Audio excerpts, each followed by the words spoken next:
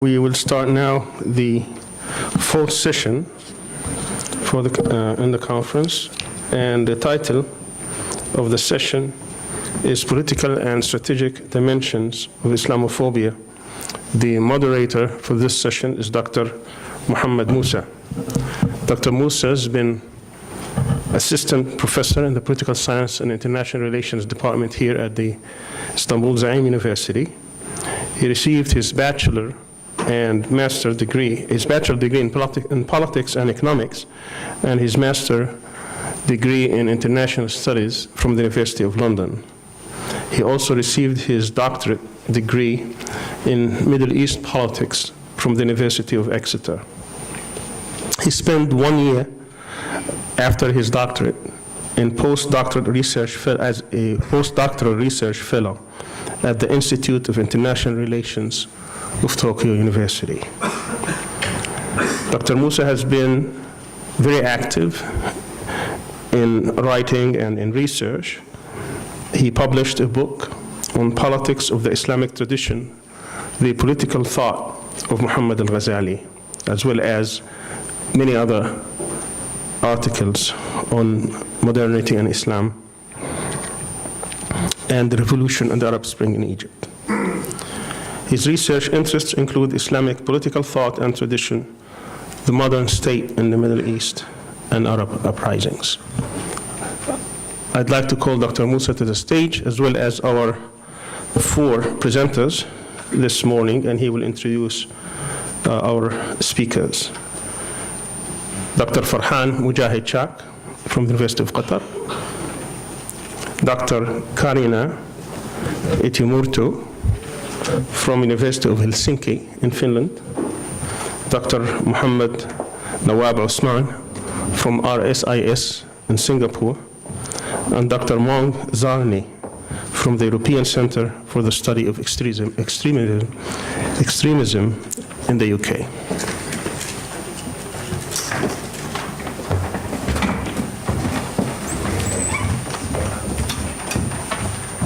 Thank you very much for joining us on the final. The microphone. Can you hear me now? Okay, perfect. Okay, thank you very much for joining us on the final day of the Islamophobia conference, and I'd like to warmly welcome our eminent guests from various corners of the world. I'd like to introduce Dr. Osman. He joins us from Singapore, and he did his doctoral research on Hizb ut-Tahrir, and we had a short conversation about his visits to Exeter, and yes, we'll speak about that more later. I'd also like to welcome, thank you very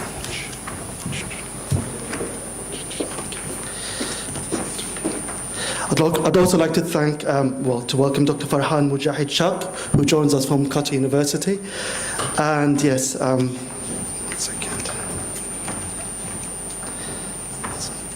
I'm very bad with biographies.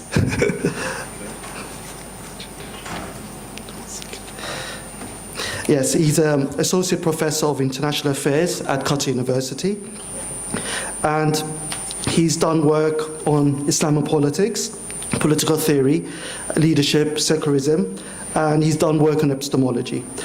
And I'd also like to warmly welcome Dr. Kaarina Aitamurto, who joins us from the University of Helsinki, and she'll be speaking about the proliferation of Islamophobia in Russia. And I think her background,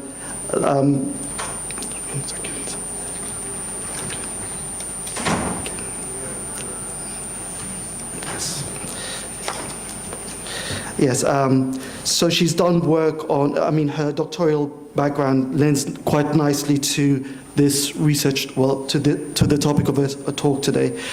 She did her PhD on Russian contemporary paganism and nationalism. I'd also like to welcome Dr. Maung Zarni. Apologies if I mispronounced your name. And he's based in London at the European Center for the Study of Extremism. And he'll be speaking today about the Rohingya question, if I may phrase it that way, and how Myanmar has officially denied the very existence of this particular ethnic group in the country. And yes, without further ado, I'd like to give the floor to the speakers. Yes. Dr. Farhan Mujahid Chak, please. Do you want me to come over there, or should I speak from here? Which is up to you, whatever makes you comfortable. All right. All right. I have a presentation that I'll probably like to use. Is that all right? Sure.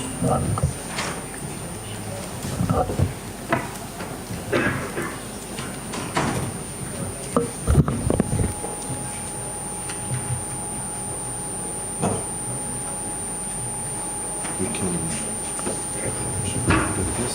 Sure.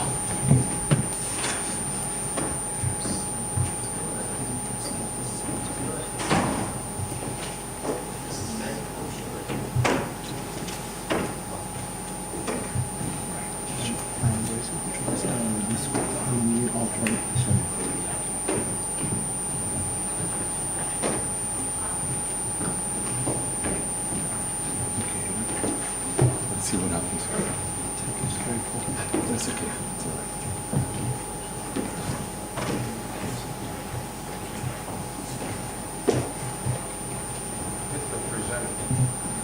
Hit the slideshow.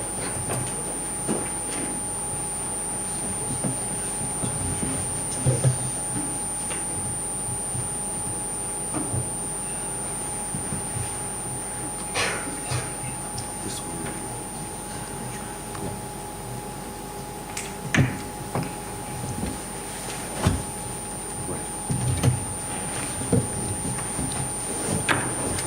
All right.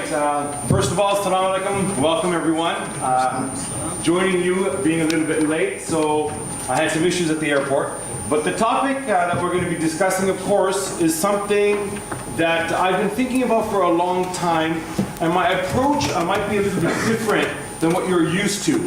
You see, I'm tying in the phenomenon of Islamophobia to the collapse of society.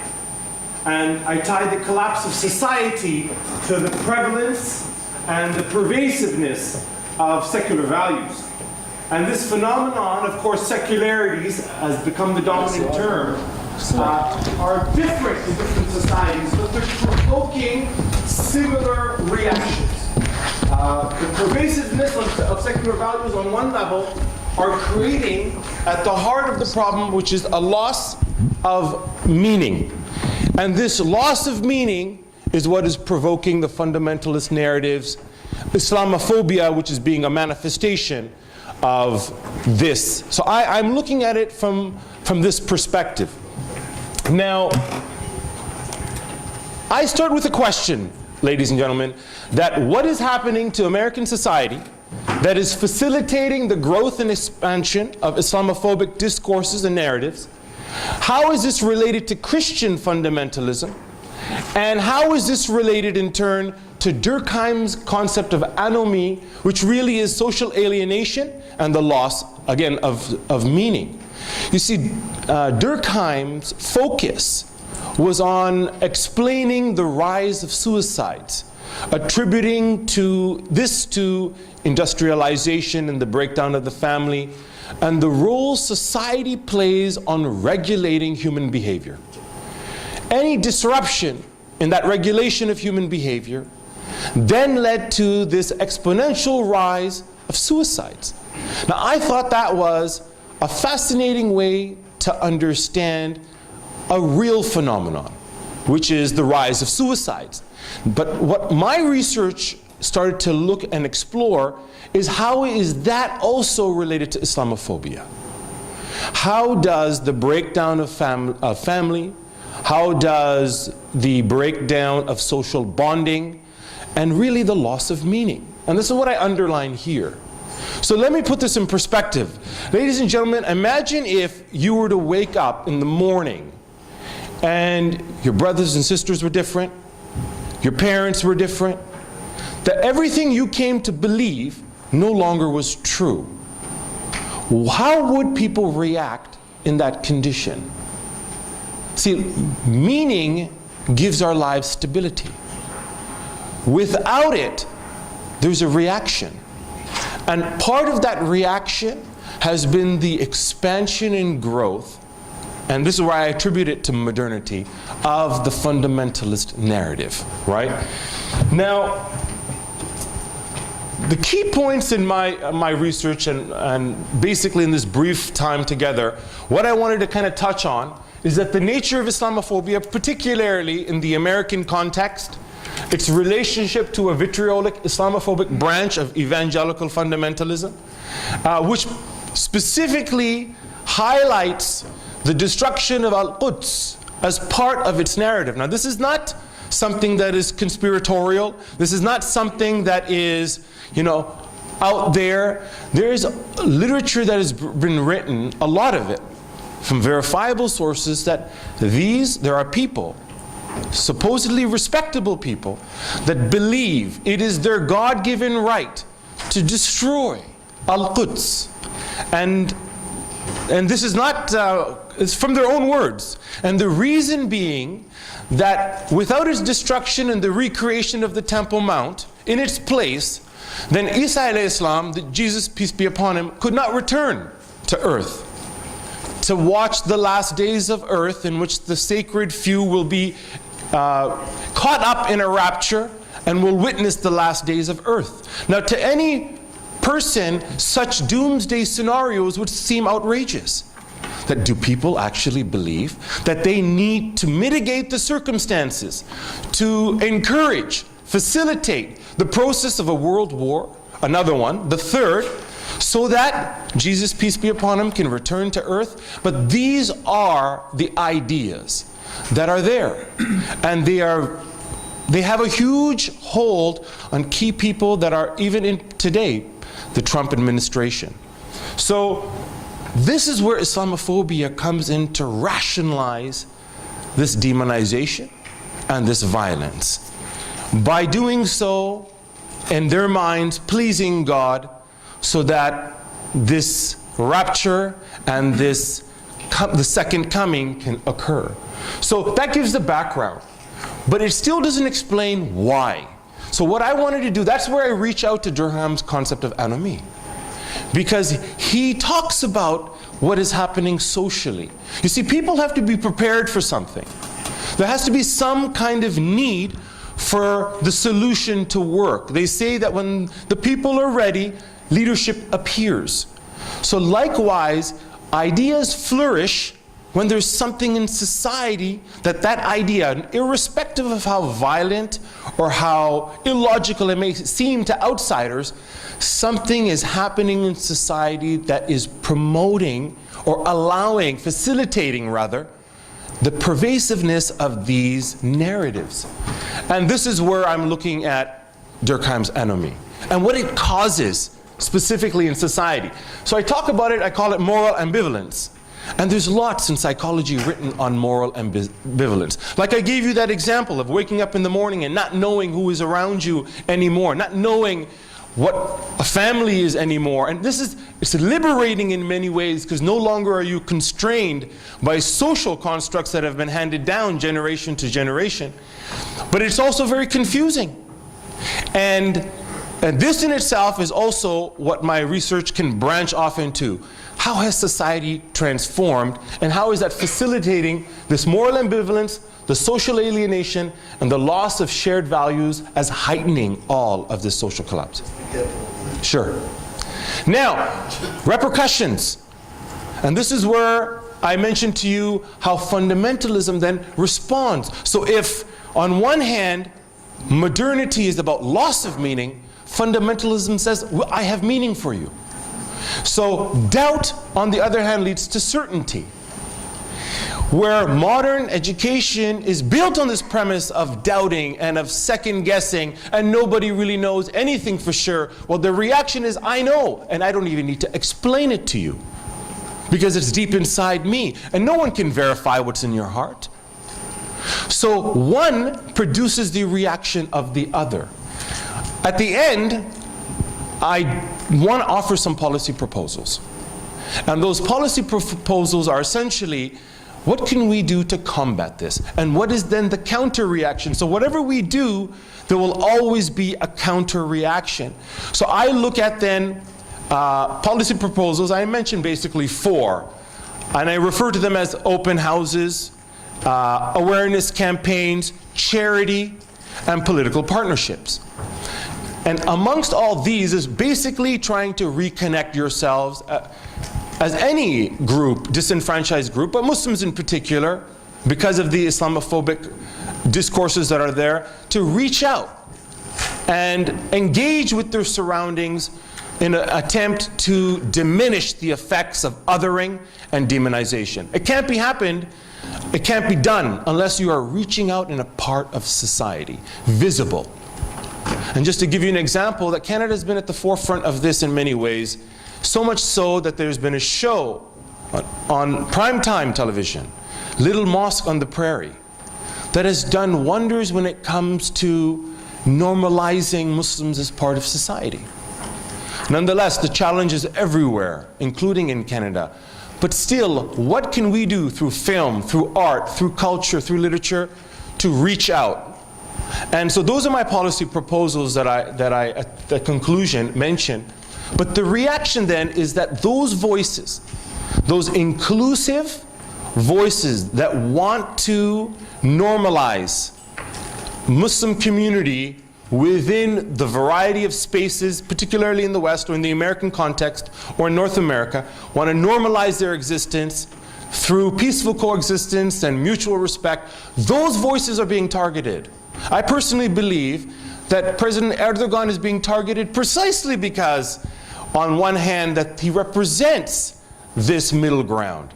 The extremists are rarely targeted as much as the ones that are bringing forth a narrative of inclusion. And a case in point, Professor Tariq Ramadan. Without due process in prison in France, the land of liberty, egalitarianism, and freedom, this is a joke.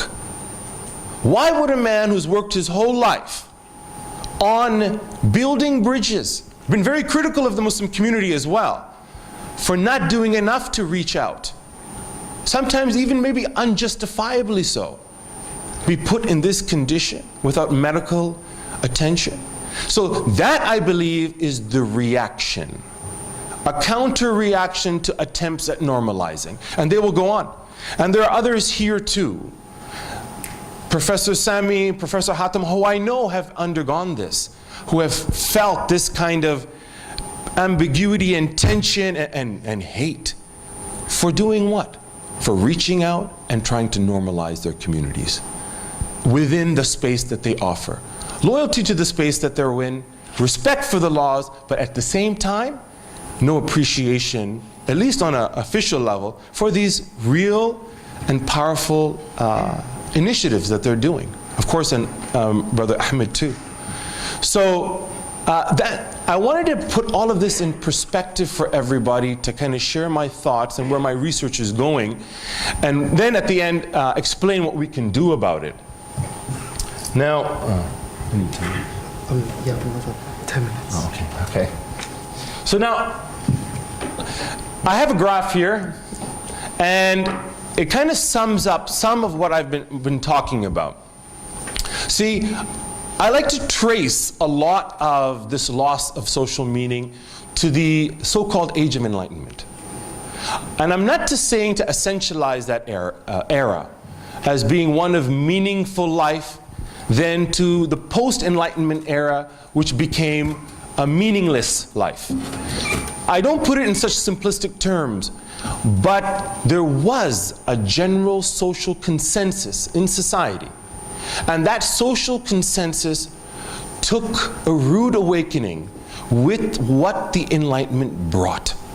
This transformation of human society, this fundamental reworking of how society functions, the role of men and women in society. So this is what people have called, this is what Taylor, referring to Weber, calls disenchantment.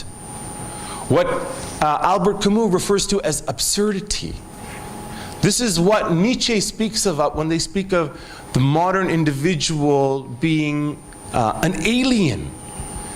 I think that they're talking about this loss of meaning. And it cracked this edifice. And Taylor puts it like this. He speaks of it and says that meaning was up for grabs. So from that point then, what I have here is that these boundaries, all social boundaries and mores, they cracked, and they would continue to crack for the next 200-300 generations, 200-300 years rather. And then this led to a wide range of different new intellectual trajectories to come forth. Secularism being only one of them.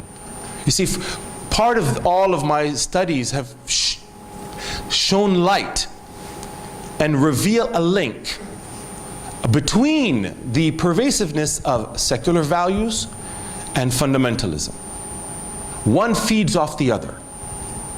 So then with that loss of meaning, with that loss of shared responsibility, there was a reaction. And that reaction led to a reconfiguration of certainty. Now we know again. And specifically, and I wanted to talk about that, specifically within the evangelical tradition, and a branch of it, not to say all are amongst that, but the evangelical fundamentalist tradition has certain key aspects that then bring in Islamophobia to rationalize their discourse, right?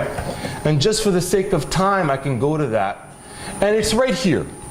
So what you had with this loss of social meaning, the loss of shared values, you had a reaction, which was the quest for certainty. You had the rejection of traditional authority, activism, that people had to be active in the world. You also had this idea that only I had the truth. Because so much could be questioned, there was a way then that fundamentalism wanted to protect themselves from this questioning. And it can explain behavior. It can explain, to some, speaking in tongues.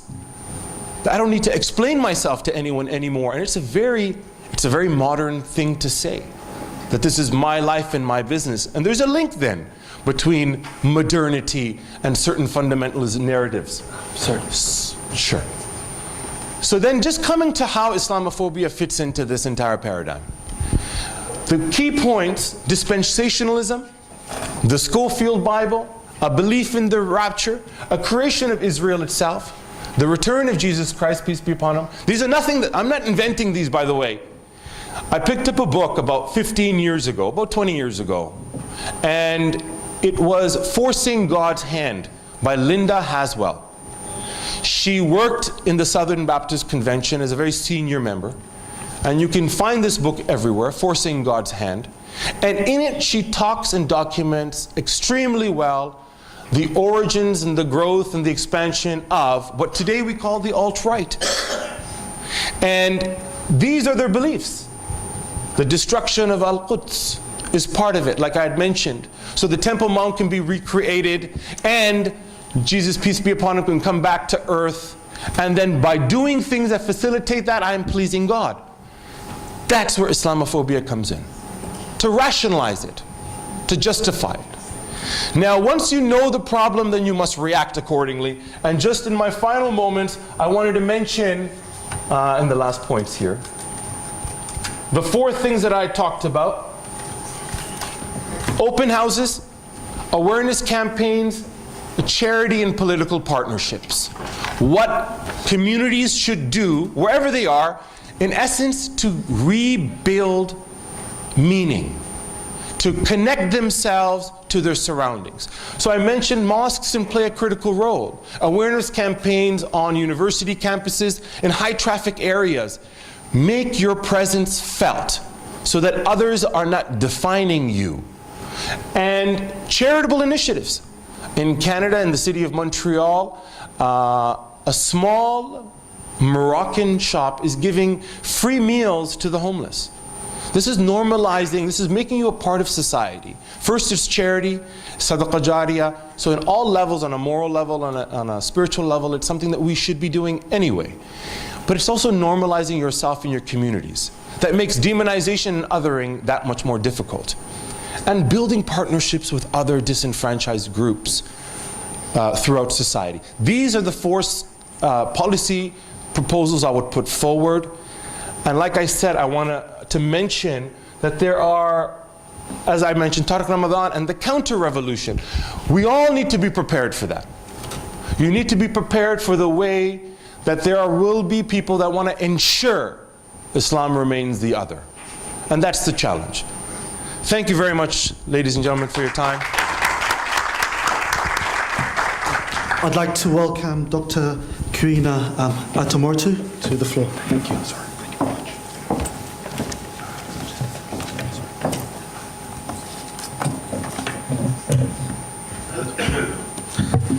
Do you have a memory stick?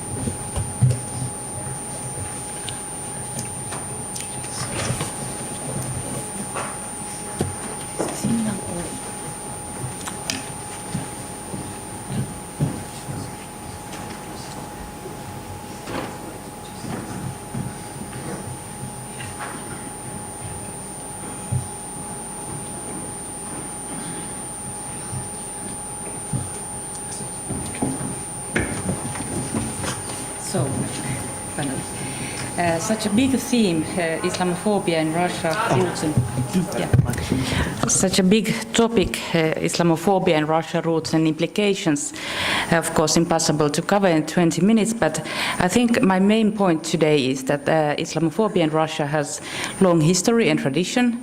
It also reflects the recent political changes in Russia, the authoritarianization of society, but it is also fruitful to look at it in the global context as a part of a global tendencies and phenomenon. But to start about this global context and how easy it is to detect the similarities in Islamophobia in Russia and the West. Of course, for example, the Chechen wars and the rhetoric attached to it influenced the attitudes toward Islam in Russia. An eminent scholar of Russian nationalism and Islamophobia, Alexander Verkhovsky, still argues that 9/11 was one of the main turning points. And in a way, it's further the kind of instrumentalization of Islamophobia that has been discussed here in many papers. On the one hand, Russia was able to kind of find new grounds for alliance with the West that it wanted at the time, and on the other hand, it provided a good means to get suppress political dissent and opposition. There are similar trends in Russian Islamophobia that in the West, and in particular in Western Europe. For example, the kind of religionization of minorities and migrants varies, the earlier in United States and also in Finland. The migrants were the othering of migrants was mostly based on racist language. Nowadays, they are conceived as representing Muslims, and their inferiority is explained by religion. And it is, of course, continuing this cultural racism and French nouvelle droit, which Russian ultranationalist and ultra-rightist circles are very familiar with. It is very easy to notice the same kind of images, narratives, claims that are found in the Western Europe, these libraries of hate that from which these claims are circulated, Gates of Vienna and so on. And there are, for example, some demotivators where you can see it's exactly the same pictures with Russian text and English text, but also claims and arguments and even news that are translated directly.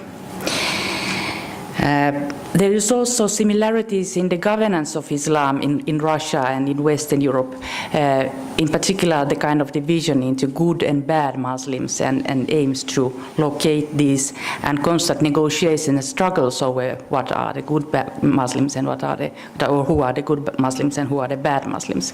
And here actually Russia has much similarities with Greece that was discussed yesterday. There is this autochthonous or indigenous Muslim minority which is seen as representing the good Muslims, whereas the foreign influences or Islam as a transnational phenomenon is often conceived as potentially dangerous idea. Well, about the tradition of Islamophobia in Russia, again, I really don't have time to discuss the whole history, and I think most of you are at least somewhat familiar with that. There was the oppression of Muslim minorities, forced Christianization in the imperial Russia. The Muslim minority have very restricted religious rights. In the Soviet Union, there were massive oppressions of Islamic leaders, also Muslim minorities, and so on. I have here the kind of buts that in a way seem like to balance the picture, but I'm not saying that they do necessarily balance the unfortunate legacies, but just to give a more balanced picture. On the other hand, and I will talk about this later, the idea of Russia as a multi-ethnic, multi-confessional country is also used to protect the rights of Muslims. And even in today's Russia, even though it's not actually in the law, there is a general agreement that there are 4 traditional religions in Russia: Orthodox Christianity, Judaism, Islam, and Buddhism. And these 4 religions enjoy certain privileges over others. So this rhetoric about that Islam is a part of Russian history has still much impact. I will talk in more detail about the impact of these anti-extremist laws. That the first one came in 2002, and there have been added new paragraphs later on and new restrictions.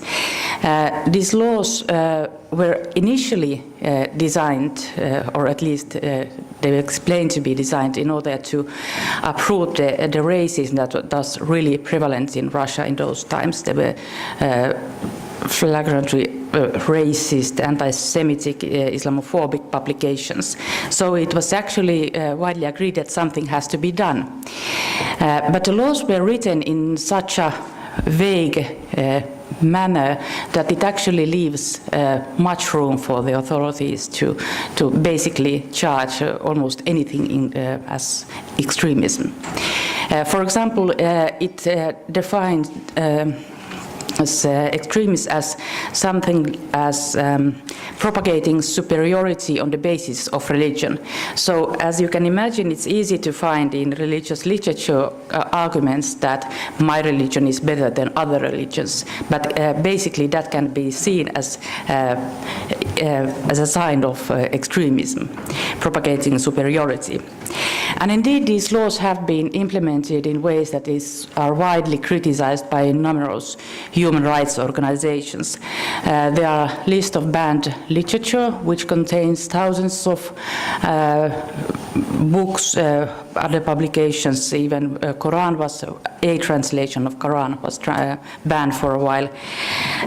In addition, a number of organizations have been banned, many of them very controversial, such as, for example, followers of Said Nursi, Hizb ut-Tahrir. And for example, the case of Hizb ut-Tahrir, which is banned in Russia, was one of the first organizations. Even though it has not been guilty of any terrorist actions in Russia, the explanation is that its aim is to change the political system of Russia. But on the other hand, if you are an Orthodox monarchist, you are basically aiming at the same kind of change, but that's not banned in Russia. Then there is, in contemporary Russia, the kind of pressure from the nationalist opposition, and it has affected the politics, mainstream politics and the political elite over a decade, I would say. But something also happened after the popular protests in 2011, 2012, when the Kremlin was apparently scared by these protests and aimed to find new alliances. Among these protesters, one of the most prominent figures was Alexei Navalny, who represents so-called liberal nationalist opposition. And one of his slogans was enough to feed Caucasus, which meant that he opposes sending money to Caucasus, such areas as Chechnya, and the dream of many of these ethno-nationalists is a kind of ethnically Russian state that would get rid of the Muslim areas. But in a way, paradoxically, the kind of imperial ambitions of Russia, the idea that it wants to keep Northern Caucasus and other Muslim areas as a part of the country, in certain way protect Muslim minorities. Nevertheless, these kind of slogans and the nationalist rhetoric that has influenced the politics of Kremlin also significantly after 2012. For example, Vera Tolz and Stephen Hutchings, English scholars of Russia, has analyzed and noted that after 2012 there was a campaign in state-controlled media, migrantophobic campaign, that apparently was designed to kind of divert the attention of the social problems and the social protest to the migration and migrants and so on. And more about this anti-extremist legislation, because that is one of the key issues in discussing Islamophobia in Russia. There are much local differences. It would be very misleading to portray Russia as a kind of system where Putin decides things and then the authorities implement these decisions. There are many competing elites, and there is also much room for maneuver for local authorities. And the situation differs in many areas. Of course, I think all of you know how different the human rights situation is in Chechnya and on the other hand in Moscow, but there are also local differences depending on the preferences of local authorities. For example, if the local government doesn't like certain Islamic actors, they have the means to oppress these. And actually this weakness of the system is revealed again in the anti-extremist policies and the banning of Quran that was made by a very peripheral court and based on very dubious extreme statements. Soon afterwards, it raised much international attention, and there were many protests, and of course the Islamic organizations were protesting against the verdict. So a few years later, a new law was implemented that bans banning sacred religious texts of world religions. And in the explanation of the law, it mentions Bible, Talmud, and Quran. So basically, Russia needed a law that bans banning Quran. Even though the law gives so much room for the authorities, there are many human rights reports on fabricated cases and police implementing plans and drugs on Islamic activists and religious leaders. And yesterday we heard about the situation in the United States, and I would say that if space is as much or even perhaps more guilty of that kind of things. There is, of course, why this happens is one of the reasons might be that the authorities want to suppress political dissent. The other is, of course, that these special services depend on government's funding, and these operations prove that they are necessary and serve as a means to increase their funding. Police also has quotas, so basically police officers or police force has to get certain amount of crimes solved in certain period of time, and also these terrorist or extremist actions are maybe fabricated because of that. Like in the West, there is a whole Islamophobic industry, and actually when you talk with Russian Muslims, where the word or the term expert of Islam is a kind of curse word, it's a synonym for Islamophobe. For some Muslims, even a scholar of Islam is occasionally conceived as a synonym of Islam. And it has much to do of course, with the law that these verdicts require statements from some experts, but there are also organizations, think tanks, individuals that are profiled in alarmist reports on Islamic terrorism in Russia. And actually, what is somewhat disturbing is that these kind of experts are often uncritically quoted also in Western media. The silencing of the political dissent again differs in many areas. It takes place all over Russia, but especially in peripheral areas and in such areas as, for example, Dagestan and Chechnya, where the political dissent is regularly suppressed as representing extremists despite their political or religious views. And here Russia in a way resembles many ex-Soviet Asian states. For example, I have studied Uzbek migrants and Uzbek Muslims in Moscow, and they say actually that the situation in Russia is not at all that bad. At Uzbekistan it's much worse, and there the silencing of political dissent in auspice of Islamic extremism is even more prevalent and serious problem. So silencing the discussion about Islamophobia, and it is noted in many studies that it is in a way a taboo subject in Russian society. I read just yesterday Renat Bekin's article in the yearbook of Islamophobia, and he also noted that even in Islamic sites, the reports on Islamophobia, like for example in that site, mostly refer to Islamophobia in other countries, in France, in the United States, in Europe, and so on, not in Russia. But one of the reasons for this is that the discussion about Islamophobia is easily labeled as unpatriotic activities, disloyalty, or Muslim aggression. If Muslim Islamic activists talk about Islamophobia, they are easily accused of protecting terrorism and so on.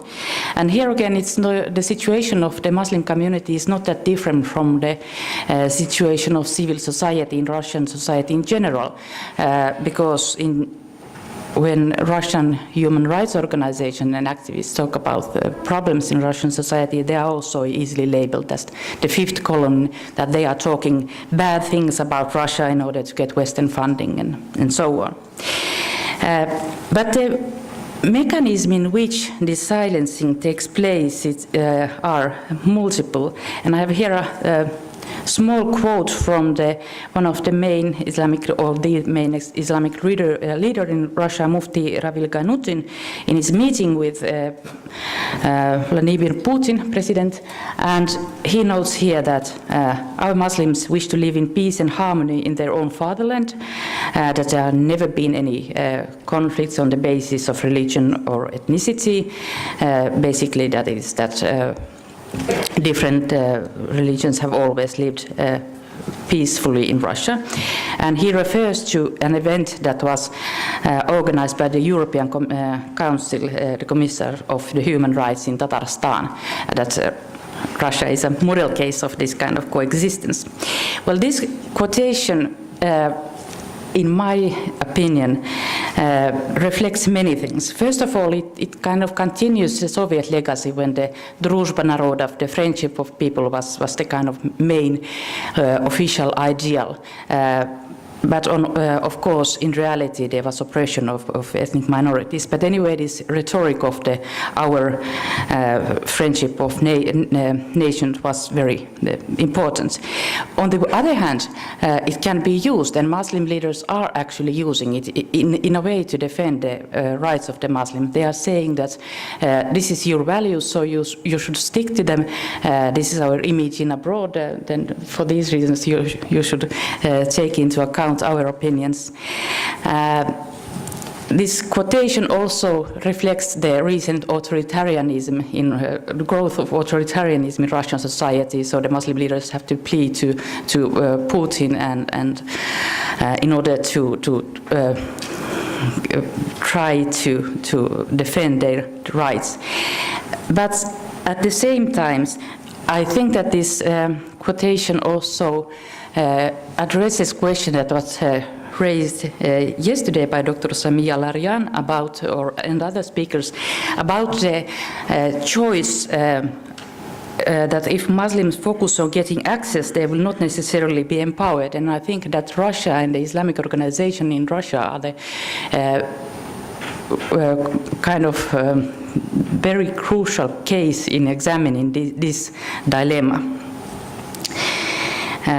So to finish my presentation, I think my main argument is that Russian Islamophobia has roots in the legacies of Imperial Russia and the Soviet Union.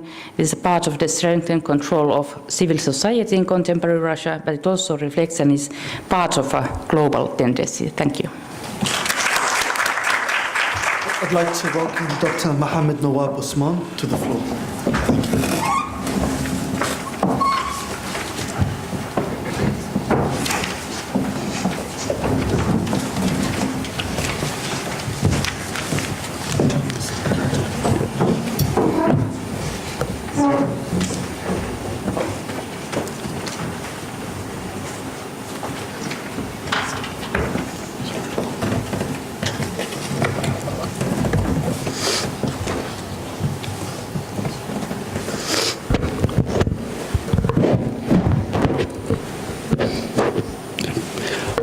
Very good morning to all. Well, we set this up. First and foremost, I'd like to thank Dr. Samia Al-Aryan for the invitation. I think it's really remarkable that we are having this conference here in Turkey for numerous reasons, which were mentioned yesterday.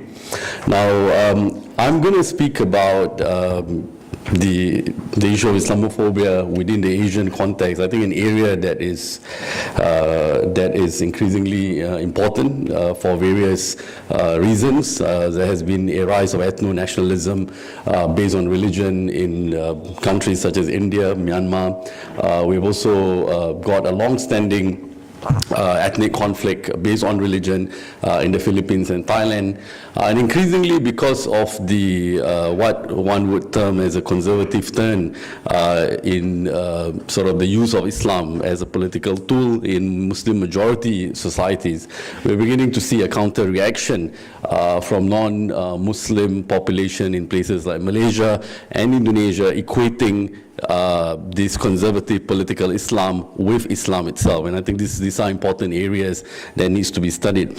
Now, the paper I'm looking at essentially makes the case that in both the cases of China and India, that Islamophobia as a social political phenomenon can be seen as part of a larger nation-state building exercise. Now, in the case of India, the rhetoric of the Hindu nation, the politicization of the Hindu identity, advocates essentially a return to a particular Hindu root. Now, what does that mean? Essentially, it seeks to promote the vision of India as a Hindu nation, the imaginary of Hindutva, which also includes ancient myth of bitter defeat and noble sacrifices, and that essentially, in order for the nation to return to its root, there is a need to eradicate essentially the Muslim foreign invaders which are depicted by Indian political establishment as a threat to the Hindutva project. Now, in the case of China, government-sanctioned Islamophobia serves as a function, serves the same function, yet the mechanism of articulation differ.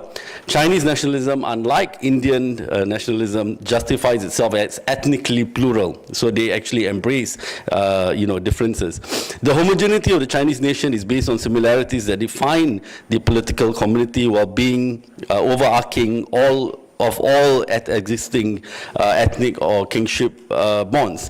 China's administration of its autonomous regions is geared towards the frustration of ethnic separatist tendencies, emphasizing the centralization of Beijing's bureaucratic control and molding of ethnic individuals into desirable citizens. And as I would show later, the Islamophobia in China is very nuanced in the sense that as long as you are a Muslim that fits within this conception of the state, you are fine, and there's no discrimination against you from a religious perspective. But as long as it is assumed by the state that religion comes in the way of this nation-building process, there will be harsh measures against the religion itself. Now, I'm going to quickly introduce Islam in China. I'm going to go quickly because it's 20 minutes and I have had the unfortunate task of doing two big countries. Now, it stands at about 20, Muslims stands at 23.3%, consider only 1.7% of the entire citizen trio of China. Now, Muslims comprise 20% of minority population, having been delineated along ethnic rather than sectarian lines. Now, two particular groups, the Hui and the Uyghur Muslims, constitute the largest communities. Both groups roughly share about the same population size of about 10 million. Now, the Hui Muslims are mainly found in the Ningxia region, but also found in major cities such as Beijing, Shanghai, and so on. And the Hui generally are economically better off as compared to the Uyghurs. You would find the Uyghurs mainly concentrated in the western part of the country. Now, in terms of the research that's been done, it is not easy to do any kind of research in China, but during a trip with a colleague of mine whose Mandarin is a lot better than mine, we did interviews in a couple of cities with people in both Hui, Uyghur, and the majority Han population. I also spoke to a number of professors both in Shanghai and China. They are often party members of the Communist Party, so we get a sense of the thinking of the government. At the same time, I also did some interviews with the Uyghur diasporic community in Istanbul, which gives a sense of how they see Islamophobia.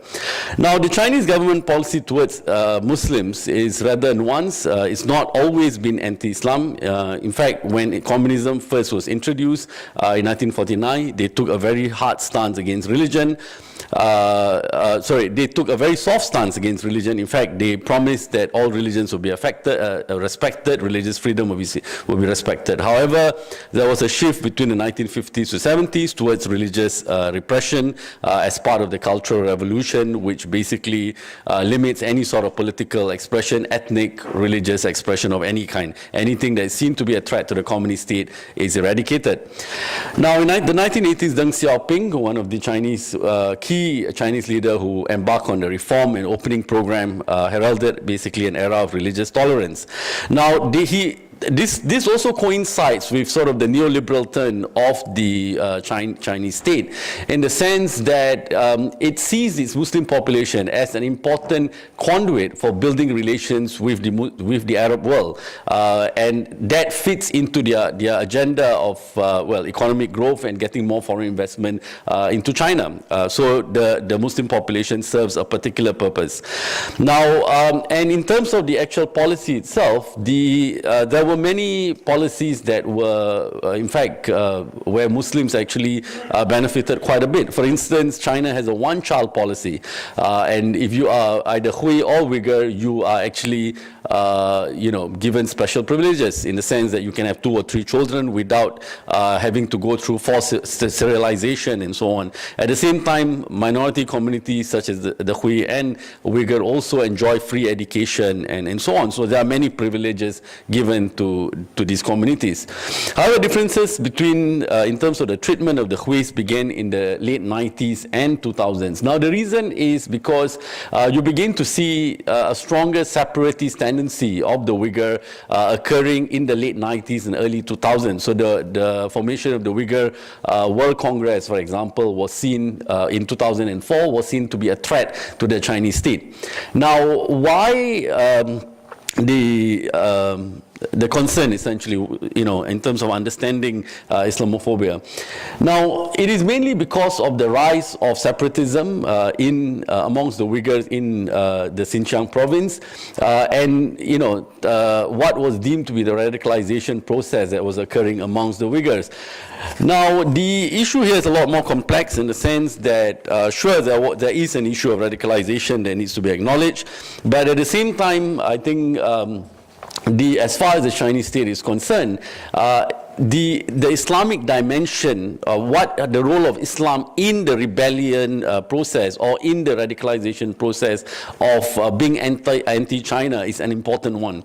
So you would find, for example, which I will go through later in terms of the expression of Islamophobia, but who is being allowed to basically practice Islam in any way, in most regular ways that people practice Islam, and the Uyghurs being limited in terms of how they are allowed to practice Islam.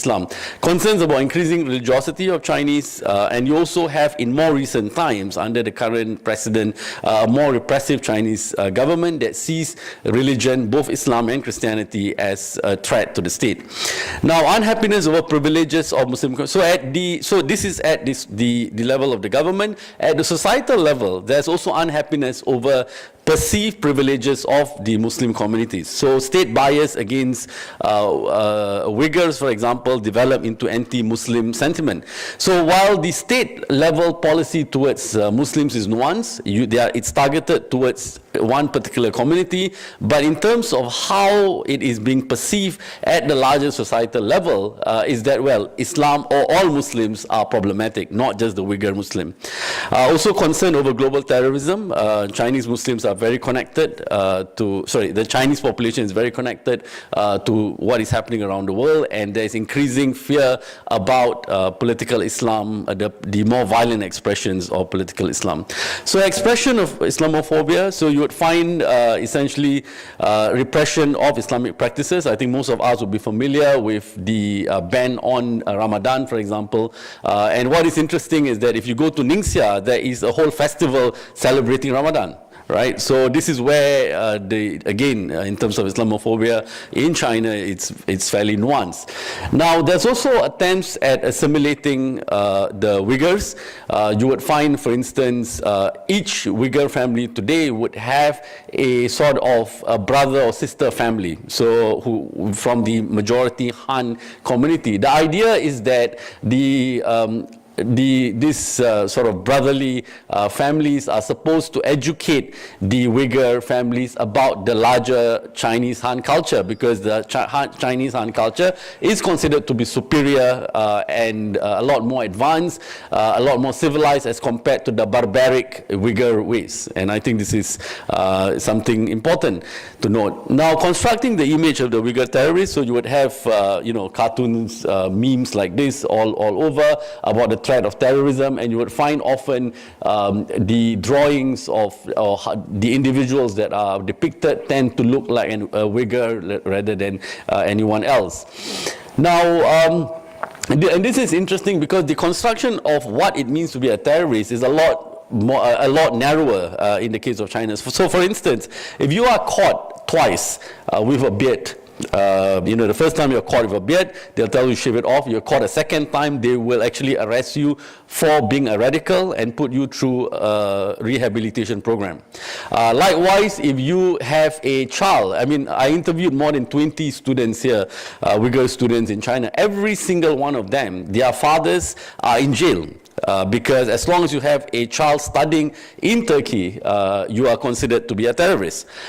So the restrictions and the the sort of the understanding of what it means to be a terrorist is a lot more narrow, perhaps the narrowest that you would see in any context. Now, in terms of societal expression, violence against Muslims, there were instances of actual violence. So there were in one case, for instance, Tibetan monks in Tibet, in the Chinese-dominated Tibet, actually killed a couple of Muslims for attempting to build a mosque. So this notion of somehow the very peaceful Tibetan Buddhist monk represented by Dalai Lama is not always the case. I think we have nuances in all different religions. Online vilification of Muslims, so there is a huge halal controversy with regards to a food delivery service that wanted to provide separate service for halal food, and this was seen to be, an attempt to bend over backwards or forward for the Muslims, and there was a massive opposition against this, and a mosque building controversy. So each and every time a new mosque is to be built, you would find that the local community, the majority Han community, would not necessarily be happy. So this imam here, for instance, was actually threatened by the community for wanting to build a mosque in a particular province. The actual location of where the mosque is supposed to be built, they found pig heads that were scattered in the area and so on. So this is part of how the society is reacting to Islamophobia in China. Now let me move on to India. Now and I have to first qualify that whatever field research or primary research I have is kind of secondary, because my colleague who has done some work on China, on India, was the one who provided me with the interviews. I'm supposed to do some field work in India towards the end of the year, which of course doesn't fit the schedule of the conference. So whatever I have right now is mostly secondary material. Now, Muslims account for 13 to 15% of the population. Some would argue up to about 20-25%, depending on statistics. Muslims can be found, unlike in the case of China, where you would find concentration of Muslims, you would find Muslims everywhere in India. Kashmir is perhaps the only state where you have a Muslim majority community. Now, the Thatcher Commission, which was a commission led by a former Chief Justice in 2005, found a report. This was actually a commission formed by the government, found that Indian Muslims lag behind in all indicators of development, including income, education, representation in state institutions, and in government. Now, no political parties represent Indian Muslims, so you would find that there is no single, even though India is the largest democracy in the world, there is no single Muslim political party. There is a party, a very old Hyderabadi-based party known as the Majlisi Ittihadul Muslimin, that has increasingly started to position itself as the Muslim political party, but even then it's extremely small. Now, there's been a history of communal violence between Hindus and Muslims, especially after the 1947 partition of India and Pakistan, and the Babri Masjid incident of 1992, where a mosque, a 400-year-old mosque, was actually destroyed because it was believed to be the site of birth of one of the Hindu gods. Now, in terms of the Indian government policy towards Muslims, it has been an inconsistent policy. Even though India considers itself to be a secular state, Muslims enjoy certain privileges. There is a Muslim Personal Law Act, which allows Muslim personal affairs to be managed by this set of laws. It is enshrined within the Constitution. In fact, in Singapore, we borrowed from the British brought this in Singapore as well. And similarly, we have this Administration of Muslim Law Act in Singapore, which is very, very similar to the Indian one. Now, there was a turn to essentially communalism under the government of Rajiv Gandhi. Now, what happened was, he basically favored he played on communal interests on both sides, both the Hindu and the Muslim side. So there was a very famous case of a lady by the name of Shah Banu who basically who wanted to get alimony from her husband. There was, many Muslims saw it as an interference of the government into Muslim personal affairs. And so in return, what Rajiv Gandhi, and so he pressurized the court to basically throw the case out of court. Now, many Hindus were not happy about this, so in return, Rajiv Gandhi opened up essentially the chain that was that locked up the Babri Masjid, which subsequently led to the destruction of the mosque in 1992. Now, there has been institutional discrimination, you would find in terms of actual numbers, it has not improved in any way.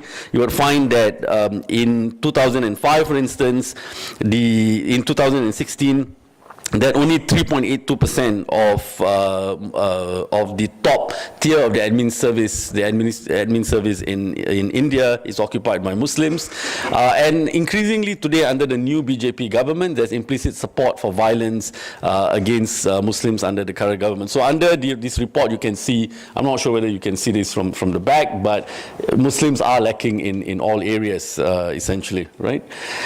Now, understanding Islamophobia in India, I think we can trace this back to British colonial policy, which really divided after the 1857 Sepoy Mutiny.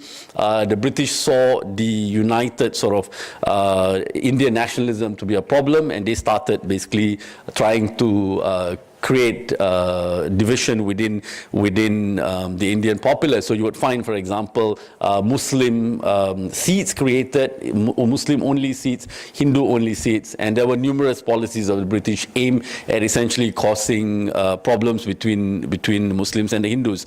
So in 1945, when many of the Congress leaders were arrested during the Second World War for not supporting the British war efforts, their positions were being given to the leaders of the Muslim League, even though the Muslim League leaders were not elected representatives. So all this created essentially a lot of problems, communal problems in Muslims and Hindus. Now, the politics of partition, I think, had a major impact in terms of how the Islamophobia developed. In the case of India, this notion that there's been a desecration of this conception of Mother India. Raka Ray, who has done some work on this, basically said that this metaphor has a particular significance for this metaphor of Mother India for the Hindutva ideology, which plays on the image of the hyper-masculine Muslim who has supposedly raped and humiliated the body of the Hindu nation in the past because of the formation of Pakistan. So the carving out of Pakistan is seen to be a rape of the body of the Hindu nation, and that Muslims who are foreigners has insulted and degraded the body of Mother India, and as a result needs to be slapped back by the Hindu nation. Now, so since partition as well, you'll find that Hindu nationalism has developed alongside other political parties, political representation, and in 1980, most of the Hindu nationalist movements were vigilante movements. They were not. They existed outside electoral politics. It was not until 1980 that a Hindu nationalist party was actually formed. And the BJP, the current governing party, has been known for its mass campaigns to mobilize Hindus, often by creating a Muslim other or the Muslim enemy. Perhaps one of the major issues that the BJP had to deal with. In fact, Narendra Modi, the current Prime Minister, was then Chief Minister in the state of Gujarat, which saw massacres of Muslims because of communal riots.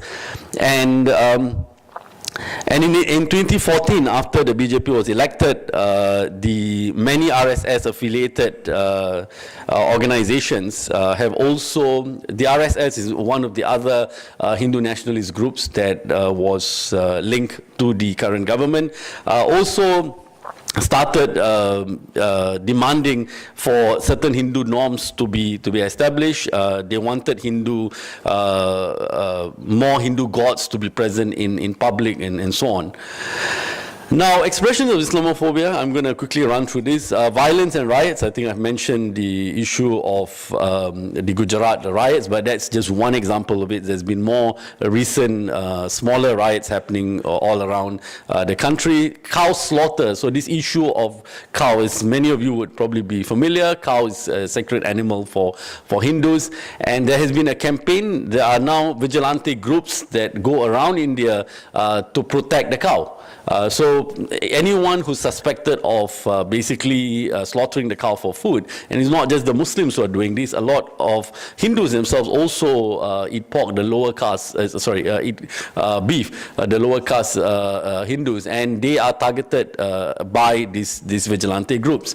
Gar Warpasi, the reconversion of Muslims, there is a campaign to try to reconvert Muslims to Hinduism. The argument that has been made is that these people were originally Hindus, they were forcibly converted to Islam, and there's a need to reconvert them back.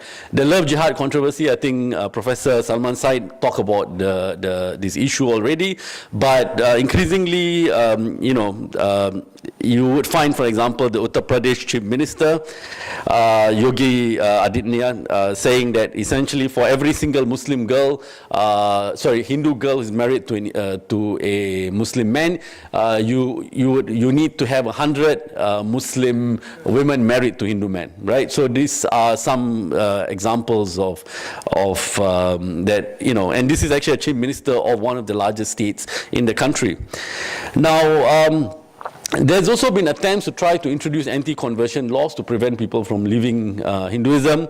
I've talked about institutional discrimination, but perhaps one of the most important expression of Islamophobia, and a very powerful one, is in popular culture. So you find, for example, here, a very recent movie that that was a Bollywood movie. Some of you guys who might be familiar. I don't watch Bollywood movie, but for the sake of this paper, I did some research on this. And there is a very famous, there's a very popular movie that was recently out called Padmavat, where apparently, it depicted one of the rulers of India under the Delhi Sultanate, Alauddin Khilji. Can I have one extra minute? Sure. Alauddin Khilji, where he was depicted essentially as this, as you can see from these photos, a barbaric figure who who was very violent, who was homosexual, who ate meat on bone using his hands and so on.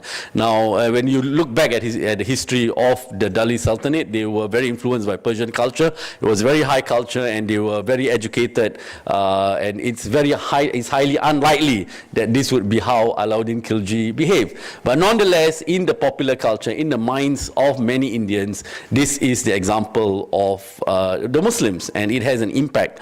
Now, one very important issue that I think is something we have, I've seen very few research on this, is the Hindu right-wing movements and the Indian diaspora. I think when you look at the voters of the BJP, many of them are the type of Indians who, the profile fits the kind of Indians who leave India to other places.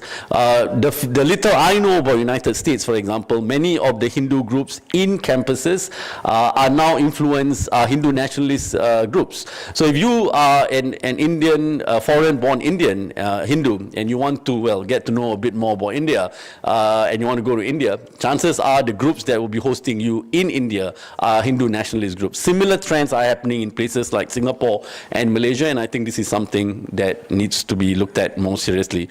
This is my conclusion. I shall end there, and thank you very much. I'd like to invite Dr. Maung Zarni to the floor, please. Thank you. Give me cue at 3 minutes. Sure. Sure.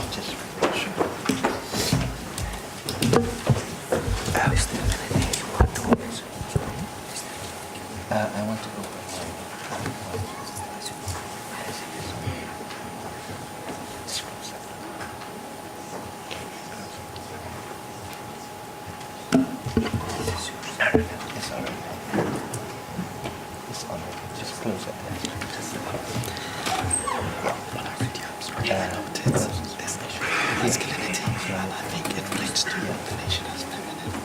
Yeah, body fundamentalists see themselves as issues of man. It's very interesting to put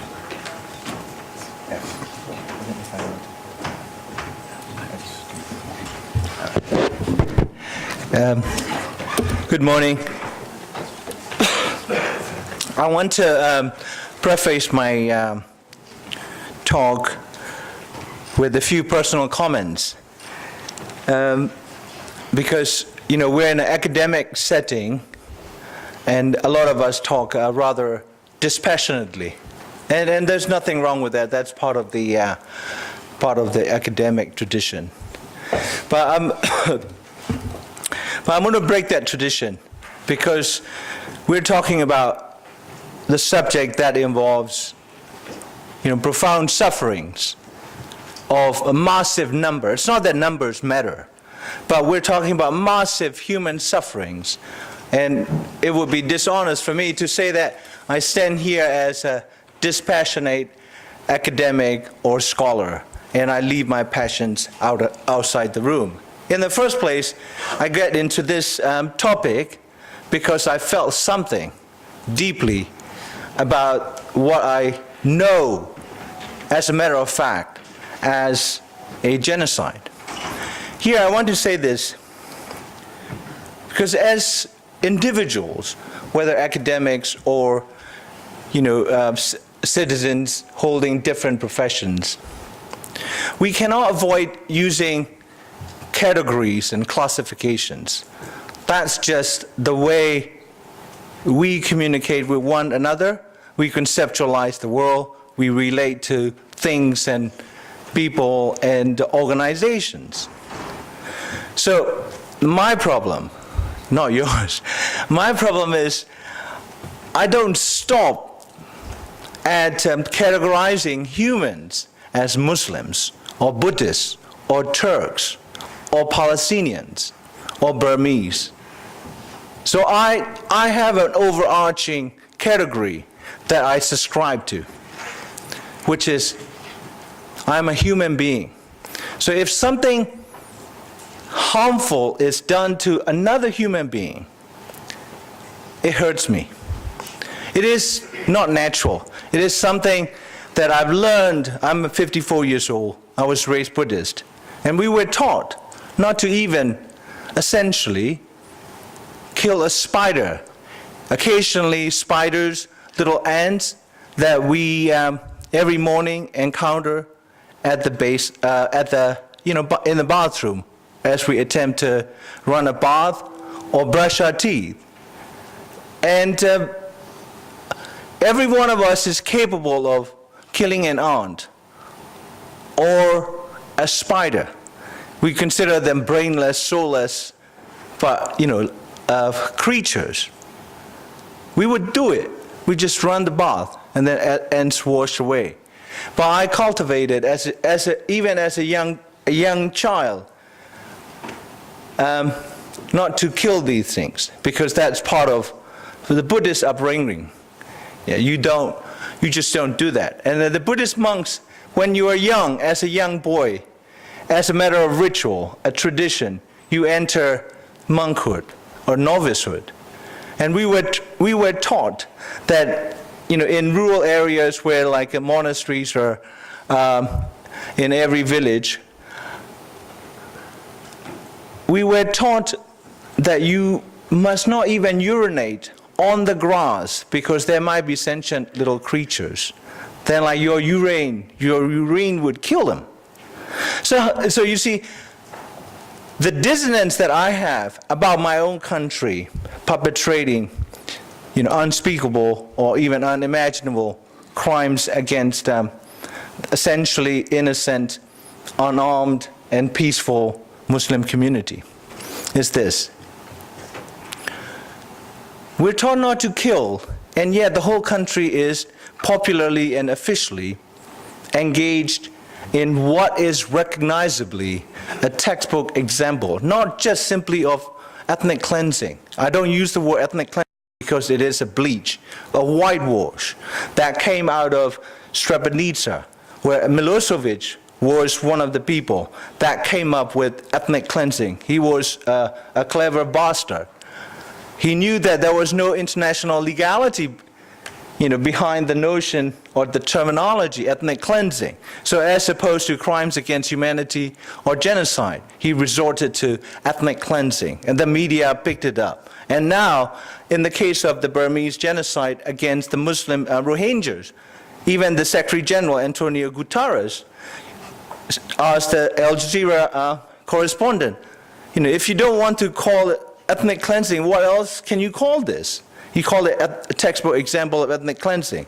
But my response would have been, there is another word. That word is genocide. So I'm using the genocide framework to analyze the unfinished business, because that's the terminology that the commander-in-chief of the Burmese armed forces used in the midst of all the in quotes, security clearance operations in the fall of last year. And so the unfinished business he referred to is the presence and the existence and the history and the identity of this group. Because there was, during the Second World War, there were conflicts all around, because the old imperial equations were changing with the rise of, in Asia, Japanese militarism or fascism. And in Europe, you had the rise of Nazism and the Second World War that broke out in Europe and then spread in other places. So he referred to the presence of Rohingya as unfinished business. What does the finished business look like? Well, the finished business is the exterminated group. And if there were any survivors left standing, their identity would be changed forcibly, and their relations with the, quote-unquote, the whole society will be radically reshaped. And that is a classic definition of a genocide. Genocide isn't simply gassing 6,000 people every hour. Now that is the popular misconception. The Auschwitz and other places, like the Germans were, or particularly SS, were mass exterminating. And the other reason here, for me, using genocide framework, because all racisms, the logical and ultimate end to all religious bigotries and racism, when they are adopted, not just simply by individuals at the level of prejudices and social practices, but adopted by political states, is genocide. Think about it. Racism is not simply a social practice or institutional arrangement. All racisms, irrespective of ideological flavor, whether it's done by a Muslim state or Hindu state in India, or predominantly Buddhist states of Burma and Sri Lanka, or another Muslim state, West Pakistan in the case of the war against East Pakistan in 1971. All of these, racism, religious bigotries, fear and loathing of other groups, cultural groups, national groups. There are 4 categories that were defined in the Genocide Convention. Once the state has adopted it and pursued it systematically, racism has the greatest potential to end up in a genocide. We have seen it over and over again since 1915. Yeah. Oh.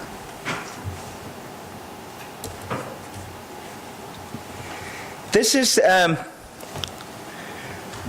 actually the genesis of the conception of genocide.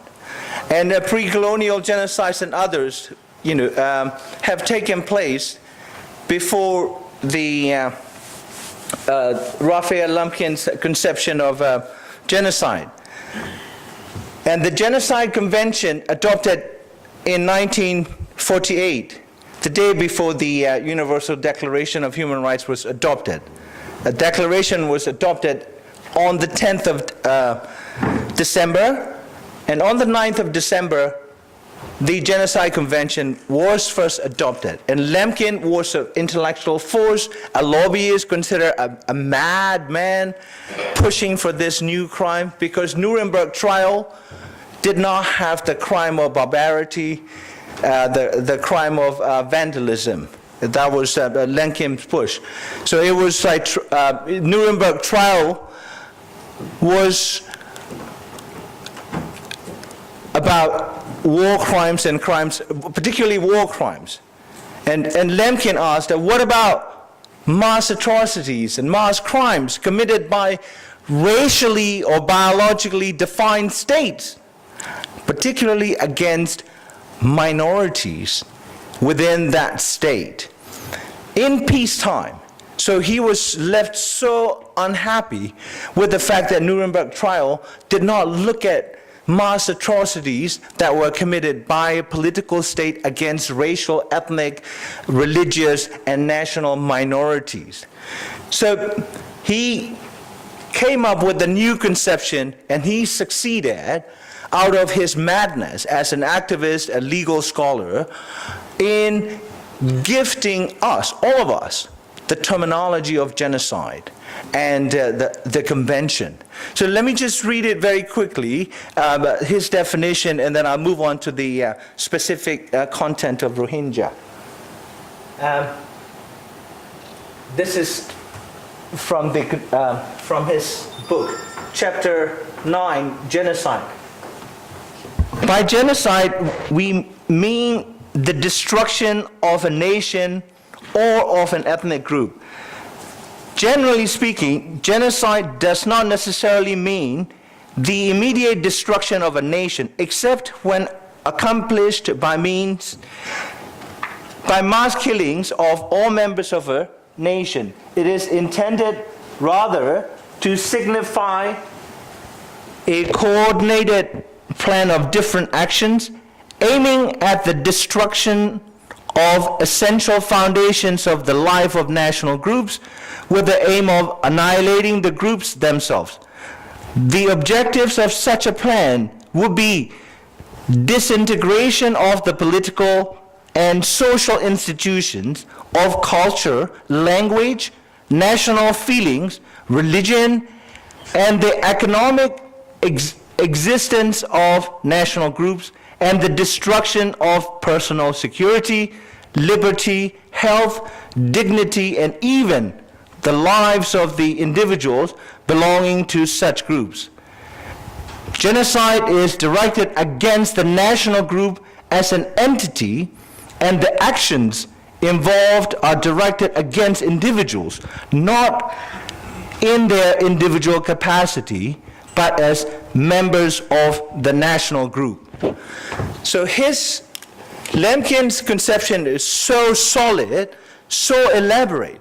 A lot of cases would qualify as genocide. That is why I think there were people's tribunals that look at the situation of the Palestinian in the West Bank and Gaza as essentially a case of a genocide. That is why, some of us who studied Buddhist persecution in Buddhist majority states of minorities, whether Hindu Tamils or Muslim genocide, Muslim Rohingya, we found common features, and the methodologies, the technologies used, the speed at which groups are exterminated or being destroyed, partially or in whole, don't matter. What matters is political state, biologically, racially, or religiously defined, usually majoritarian states, attempting to annihilate in whole or in part a group that is being scapegoated for all the ills. And then there are like, political and other motivations or strategic aims behind these attempts. But now, let me move on to the Rohingya. This is a subject that is personal. Personal because my late great uncle, my mother's uncle, who passed away 2 years ago at the age of almost 90, he was the deputy commander of the Arakan or Rakhine Coast Command for the Burma Armed Forces that today stands credibly accused of committing a genocide. In 1961, when Rohingyas were considered an ethnic minority, not as Bengalis who migrated to Burma, whether during colonial time or in the post-independent period since 1948 as agricultural laborers. That's the official narrative that has been popularized in the country. Rohingyas at the time in 1961, when my great uncle was the deputy commander of the entire Rohingya region and beyond, they were considered officially as an ethnic minority, an integral community of our country. And they were also granted full and equal citizenship rights like everyone else. And so, historically as well, what you're looking at is a paper presented by a Scottish medical doctor who was what we might call today amateur ethno-linguist working for a British East India Company, traveling across then what was termed a Burman Empire. And he discovered these people, Rohingya, and unmistakably their religious identity was described as Mohammedans, adherents of Prophet Mohammed's teaching. And so historically, when the Rohingyas say they belong to this Western Burma, before the British arrived, the first annexation of parts of Burma by the British took place only in 1824-26, the first Anglo-Burmese War. This was published in 1799, 11 years or 10 years after the French Revolution. This was presented at the Asiatic Society of Researchers in Calcutta. At the time, Calcutta was the administrative capital of colonial India. So in terms of historical evidence, this is as primary as you could get. It's irrefutable that they were there as pre-colonial people. And then we have the Burmese language official encyclopedia, published in 1964, where Rohingyas were categorically declared an ethnic group native to this part of Burma. And the predominantly Muslims, there are also non-Muslim Rohingyas. And 75% of the population in this part of the world, Western Burma, adjacent to Bangladesh, at the time, East Pakistan, before the partition of Pakistan, were Rohingyas. Then why persecute Rohingya? There are a lot of people who offer economic explanation or geostrategic explanation. Well, China wants the Western, this side is Western Burma and the green bit, and then the other side is Bangladesh. And this is basically, if you travel there, you will know that the boundaries, national boundaries, are so artificial. This is a region that is called, or that would be considered borderland regions. People belonging to, different nation states, but having, this historical fluidity in terms of culture, religion, demographic, commerce, and then wars as well. And so the Rohingyas are at the top, northern Arakan state. And then look at the other side. That was from the Democratic Voice of Burma, and a pro-democracy outlet that had been in existence since around 1990s, opposing the military. Now this side that also operates inside Burma depicts the Rohingya as separatists. You see, the green is essentially Islam. And then you've got this Arabic knife slicing this bit off, and with the whole country in flame and in blood, you see. That's a cartoon that was published, and that captures the popular sentiment. In the 1960s, late 60s, the Burmese army started to adopt what is called an anti-Muslim cleansing policy. So today, the Burmese armed forces, you will not find a single Muslim officer, despite the fact that 5% of the country's population made up of Muslims, and also there are also Christians, Hindus, but you will not find a single officer beyond the rank of a captain. But even those captains were left over from the pre-1960s period. And also you will not find a single Muslim MP in Aung San Suu Kyi's party. So in the case of Burma, in the recorded history of, say, 1,000 years of political institutions, for the first time, we have two major institutions that run the country, the armed forces and the parliament, that have not a single Muslim. So basically, the state's institutions have cleansed themselves as a matter of policy of any Muslim representation. Can I get one more minute? Yeah? Sure. Yeah.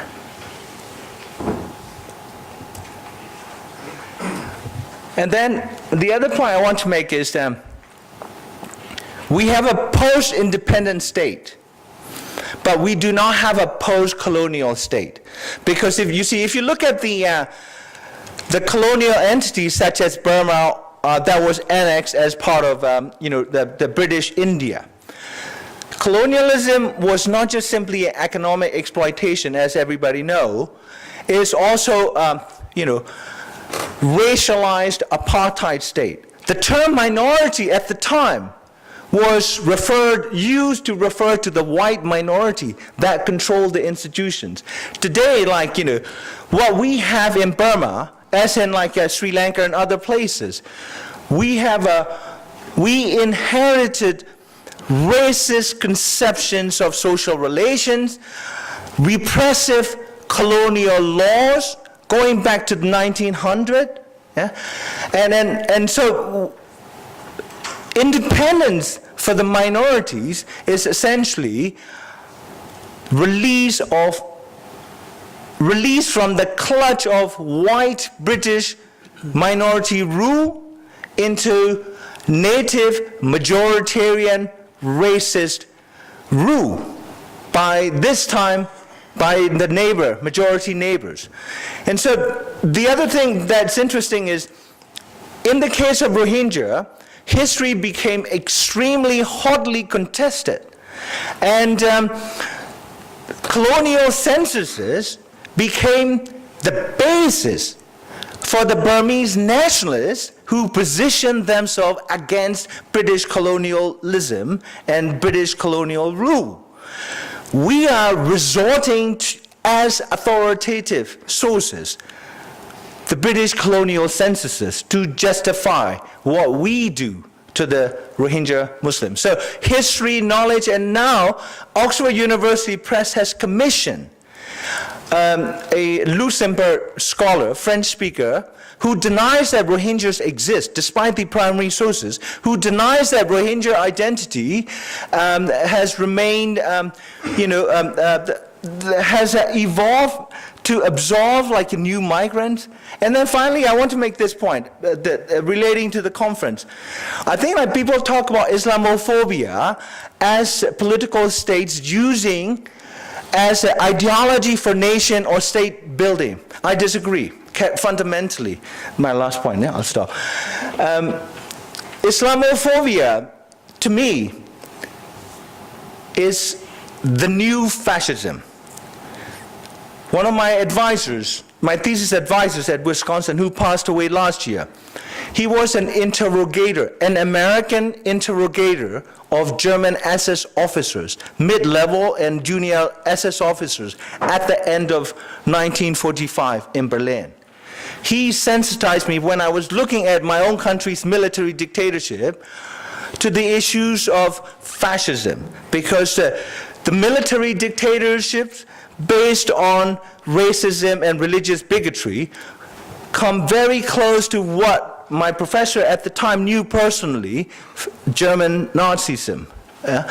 And so these are totalitarian systems, totalitarian ethos. Look at what happened to Nazi Germany. Look at what happened to Italy. Look at what happened to fascist Japan. No society, no states that mobilize systematic and massive dehumanizing and violent ideology can be considered a positive state building or a builder. We cannot dehumanize Muslims or Hindus or Christians, any culture or other, and yet retain our humanity. It is simply not possible. That is why I adopt not simply pro-Muslim, pro-Christian, pro-Hindu, pro-this state, pro-that state. That is why if we cannot avoid using classification, taxonomy, and group identity, that is why I adopt humans as my own choice of category. And if something hurts you, it hurts me. If your wife is raped, I will feel it, because I would not want my wife to be raped. I would not want my daughters to be harmed. I would not want my mother and father to be harmed. Finally, I cannot call myself a human rights activist and turn a blind eye when 2 million people and their rights, their dignity, their existence are being destroyed. And I saw my mother 3 times in 30 years. I saw my father, who died 20 years ago, once. Yeah? We do not have values if we don't live them at any cost. Thank you. I'd like to thank our eminent speakers, and I think we received a dizzying diversity of contributions. I think, again, I think the diversity was at once overwhelming and enlightening. Thank you. What I'll do is I'll try to kind of make some reflections based on what I've heard, and then ask my own questions and open the, well, I'll allow the audience to ask questions. So, I think from all the various presentations, it seems that the experience of modernity has been contradictory. I think in certain senses, in certain contexts, it has assumed the garb of certainty, chauvinistic nationalism. In others, you have this rootlessness. And I think when we examine modernity, I think it's essential that we problematize it. And I think, and also to contextualize it, I think, which is part of, it's part of the title of this conference. So contextualizing modernity and Islamophobia. And I think all your various presentations, you show the different processes and outcomes of Islamophobia and racism. And I want all of you to kind of bring attention, if it's possible at all, about the role of the state and how limitations on the intrusive apparatus of the state can that allow us to combat Islamophobia. So whether it be partnering Uyghur families with brother Han families, or for example, criminalizing growing one's beard and going to the mosques, or defining what is a religious tradition in Russia. So one way forward, I don't want to dwell too much on kind of the description, perhaps kind of more prescriptive recommendations. The limitations on the state apparatus, is that one avenue to deal with this problem? And also the functions of Islamophobia as an integrative impulse and excluding. So simultaneously it brings a particular group together, entrenches a sense of identity, and at the same time it excludes others. So there's this othering process. And we speak about genocide, and especially in the case of the Rohingya Muslims, and there's a common refrain, never again. And I think, why is it happening again? In various instances of the world, in the last 50, 60 years, we've seen genocide in Rwanda, Bosnia, and now Myanmar. So, is there a structural systemic problem at the level of the world, and also relate that to the local context? I don't know if I asked you a question, but if you can mine a question out of that, I'd greatly appreciate that. Yeah, go ahead. Yeah, all four speakers. Well, thank you very much, Moussa. I'd first like to applaud Dr. Maung. I applaud your passion, and I believe that when it comes to policy proposals, first and foremost, that which does not move our hearts won't achieve anything. So I'd like to applaud you for that, and I consider you to be a great example. I think each and every one of us in our own ways, nothing is possible without movement from within. If we look at, just as a comparative point of view, that traditional education within the broader Muslim world focused not on the mind but the heart, because it's will that ultimately will make any action possible. The way the modern world has been set up, the state functions like your parents, with the authority to discipline and the authority to penalize, and it kind of usurps those rights from its own citizenry.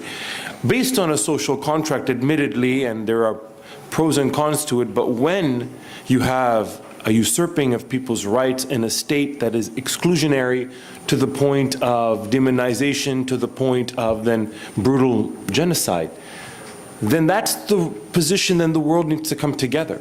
I think when I'm listening to the other speakers, this recognition that there are false imaginaries that are prevalent, that are kind of allowing this genocide to occur, whether in Burma or in Kashmir. As an ethnic Kashmiri, I'm well aware of the type of imaginaries that are created, mythical, almost laughable if it wasn't so believed by people, that a country that none of the indigenous languages of Pakistan are spoken in India.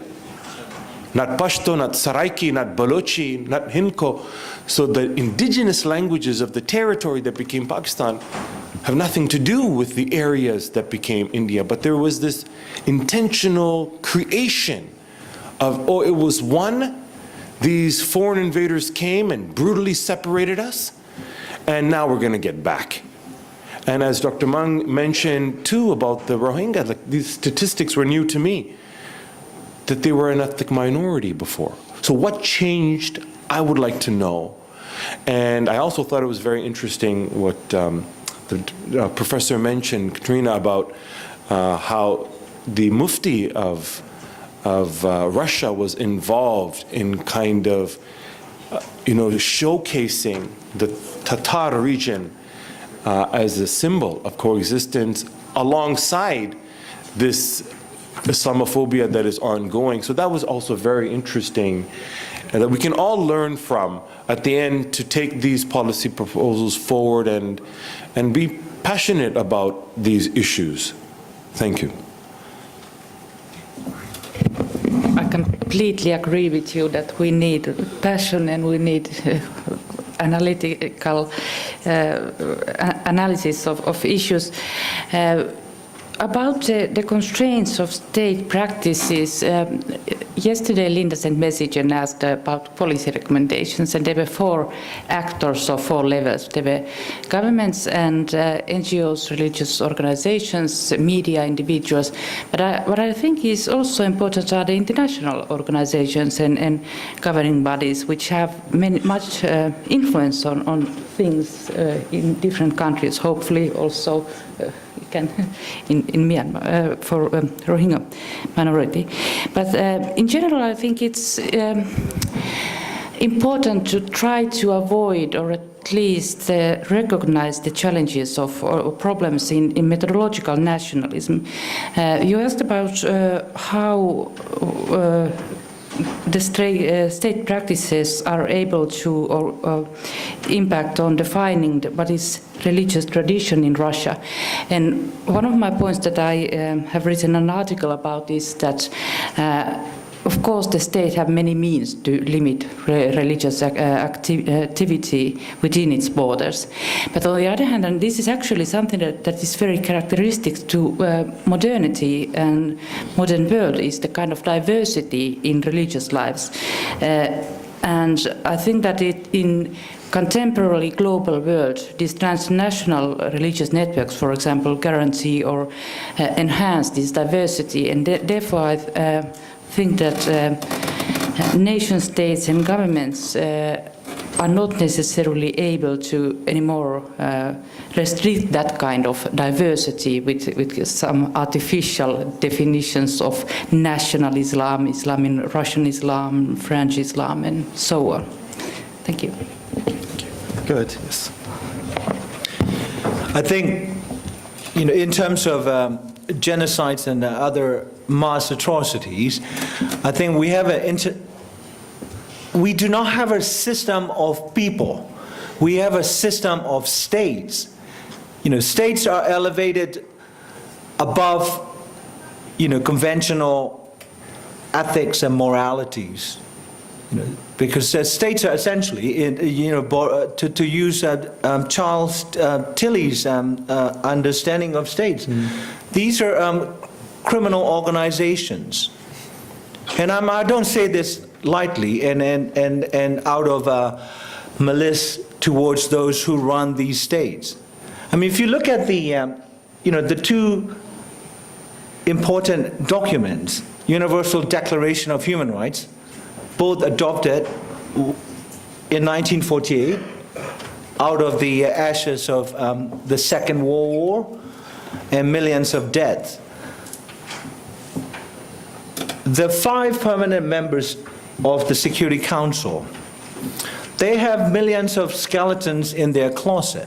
Look at the United States, under the Franklin and Delano Roosevelt, and then later Harry Truman. And Truman was the guy who made the decision to basically firebomb Tokyo and drop 2 atomic bombs. If you've ever been to Hiroshima,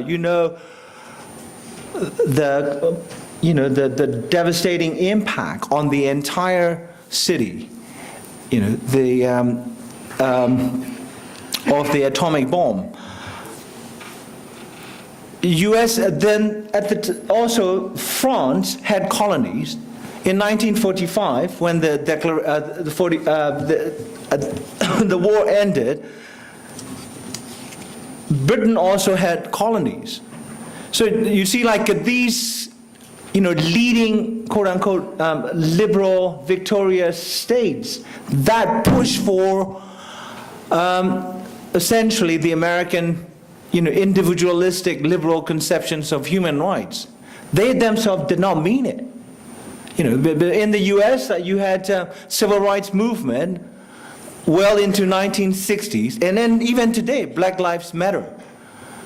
And so when you have these leading nations that set up this new world order, that were themselves disrespectful and disregard the rights of human beings and people, what does it mean? What does it signal? And then secondly, the Genocide Convention. It was adopted in 1948, but it was shelved for the next 50 years. The first time ever the convention was activated was in 1998, Yugoslavia Tribunal. 50 years. So we have a system of states where the collective well-beings and welfare of human communities are always placed on the back burners of these major states. That is why I think the great majority of states out of almost 200 states that make up the United Nations system, majority of them, including the leading, quote-unquote, Western liberal states, they are wolves. We cannot expect them to look after us, the chicken. That is why it is a structural problem that will always turn never again into an empty joke. That is why the Rohingyas are paying the price. The last 40 years, UN has known this. It started in 1978, the first wave. I didn't get to the other slides.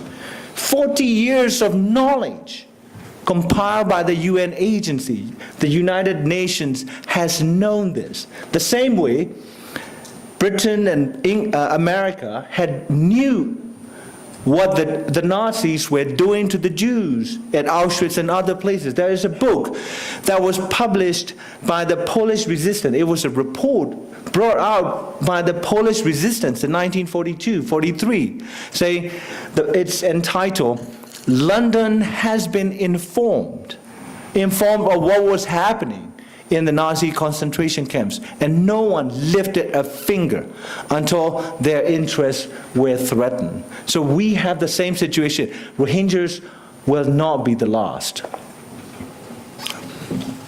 I think I concur with Dr. Zarni on this.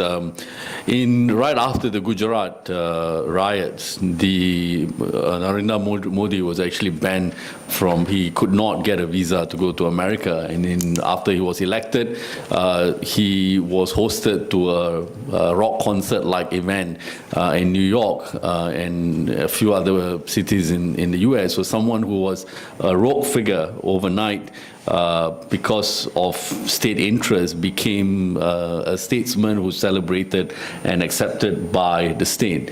Similarly, in the case of China, I think most countries in the world would not want to interfere in any sort of, of course, the US and other countries talk about the human rights abuses, but rarely about the Uyghur issue, simply because there is an economic dimension of interest as far as many countries are concerned. And so I, just like Dr. Zarni, I'm not too confident as long as the structural issues and problems are not addressed that anything significant would come out of this. Now we'll open up the floor to questions, and we have over there, 2 over there, and 3 over there, please. Okay, we have 10 minutes to ask questions. Can you make it snappy and short? Dr. Ahmed Al-Said, before I proceed, I'd like to thank all our distinguished speakers for their input. The question is whether or not it is fair to say that the genocide in large is due to the fact that the Rohingya were big supporters and donors to the Ottoman Empire a long time ago. I'm just curious. any research in this regard? They were supporters, they were donors to the empire, the Ottoman Empire, some time ago. Thank you.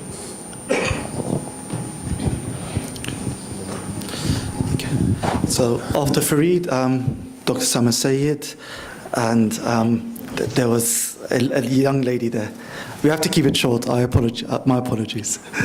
Thank you all for the very insightful talks you gave.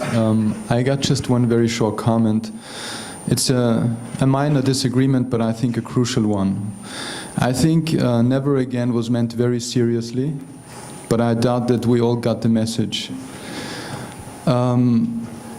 Aimé Césaire said in his very famous writing that the most awful thing Adolf Hitler did to the Europeans was that he brought genocide into Europe, which actually means that he brought genocide, which was already known very much all around the world, to white people. If we go back to 2011, when Anders Behring Breivik killed 77 socialist youth guys from the political party, many European people in the public debates were arguing actually that this was the greatest mass killing after 1945, which implies actually that Bosnia did not exist for them. Because Bosnian, although these people were from their phenotype white, they were racialized as the Muslim other. So I want to just bring our attention to the very fact that I think never again was actually meant as much as it was during the discussions when Adolf Hitler did it. It was a crime against the whites. Because genocide has always been there in the world, and it will continue to be there in the world. And the main problem that we have at the center of the issue is white supremacy. And I think we should be very aware of that. This is like one of the main issues that we have been talking about here since 3 days. Like if I go back to what Salman said, the whole issue of Islamophobia is an issue of white supremacy. Yes, Dr. Salman and then Khadija. I just wanted to pick up on a couple of points. It's okay. I think it's really, really important that at a international conference on Islamophobia, we don't simply draw the conclusion that what's wrong with the world is that states are full of hypocrites and hypocritical. Everybody knows that. And I think it's important to try and understand that it'll beyond that. So I think when Nawab, you talked about nation building, as Islamophobia being as a process of nation building, I think that's something that we should perhaps start thinking about, not just in India and in China, but everywhere, that basically Islamophobia is becoming a way of building a new nation state, a new nation state configuration. That's what we're talking about. Now, in opposition to that, what we can do, it seems to me there are two sort of solutions. One would be to simply say that we need to dispense with the idea of the state itself. Now that, it seems to me, is actually very dangerous for many reasons. We all know that states are violent and violating, but we also know that the state maintains a certain degree of legitimacy and suppresses violence in some of its territory when it works. So the idea that a world without states would be a less violent one, seems to me needs to be demonstrated rather than simply assumed. And the evidence, if you want to see what violence is like, let's go to places where the state has collapsed or doesn't work, and you tell me whether you feel more safe or less safe there on everyday level. So that's the first thing. The second thing linked with that, it would be fantastic if we could say that the way to end Islamophobia is to reactivate and remind everybody that we are all human under our yellow, brown, black, white skins. The difficulty is this, that in all of these operations of violence and violations, what is at stake is what exactly is a human. And that is the difficult problem. So when, for example, you have the death factories in Germany, the Nazis did not think they were killing humans. That's what the problem is. It is the definition of human which is at the point of the struggle. And if you position yourself saying, we are all human, and we empirically assume that we are all human, we do not allow for the fact that what will happen is those who are powerful will say, we are all human, and if you disagree with us, you're not even human. And if you think that is so far-fetched, this is exactly what happened in Guantanamo. because the idea was that these people were not even human. That is why they could be treated with such contempt. So I find that the idea of resting everything on a notion of obvious humanity is actually problematic. We should be able to get along with each other without trying to say that we are all human, because the problem is that there are different ways of being human. There cannot be one way of being human. And when you start talking about human, then what does the human look like? What does the human eat? How does the human dress?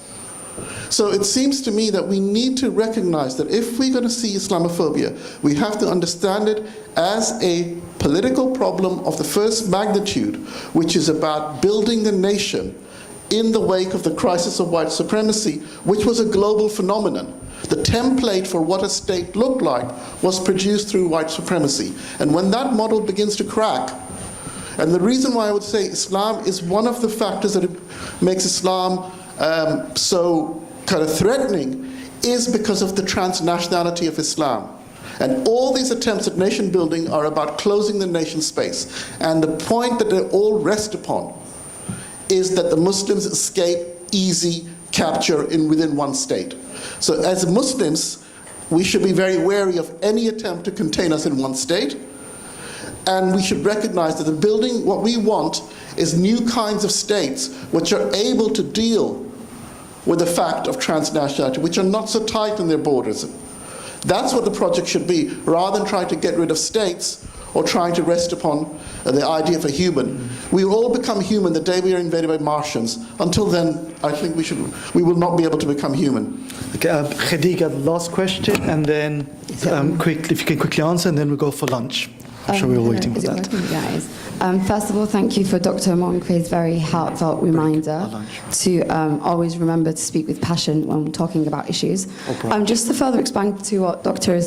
Salman said about nation building and expecting change from nations. For example, I'm from the UK, and I think the British do everything in a much more civil manner, more than the Americans. So, for example, Americans kind of just do things, whereas the British are a lot more like, oh no, I'm doing this for your sake, and kind of persuade us that it is for our best interest. There was talk recently in the UK about banning the hijab in primary schools, and how teachers should be monitored and they should report back to any suspicious children. I don't know how that works, but it actually happened. So it kind of seems like Islamophobia is actually spreading amongst us Muslims, in the sense that parents don't want to appear too Islamic and to avoid, for example, someone started, I don't know, wearing the hijab, are you going to bomb a masjid next? And these jokes are actually present in our communities. So my point is, how do we expect change to come from governments and media outlets when they're constantly pushing this kind of thing forward? So, for example, 9/11 didn't happen in the UK, but of course, the consequences are present everywhere in the world.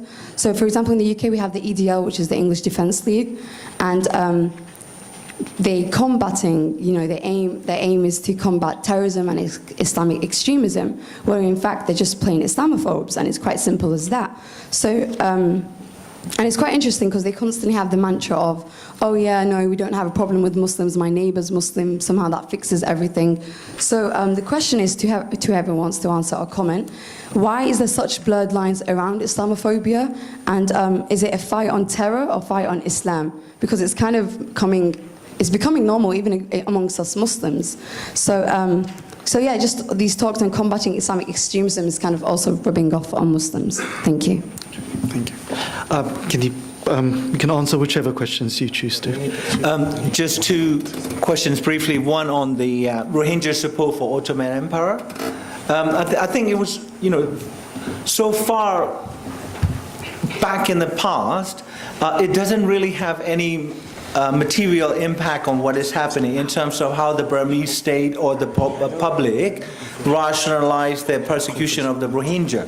And more immediately, from the 1960s onward, the Rohingyas were misframed or misperceived from a national security perspective as the only Muslim population in the country of the 16 or so different Muslim populations that are scattered across the country. Rohingyas are seen as the only Muslim population that have claim on this strategic borderlands as their ancestral land.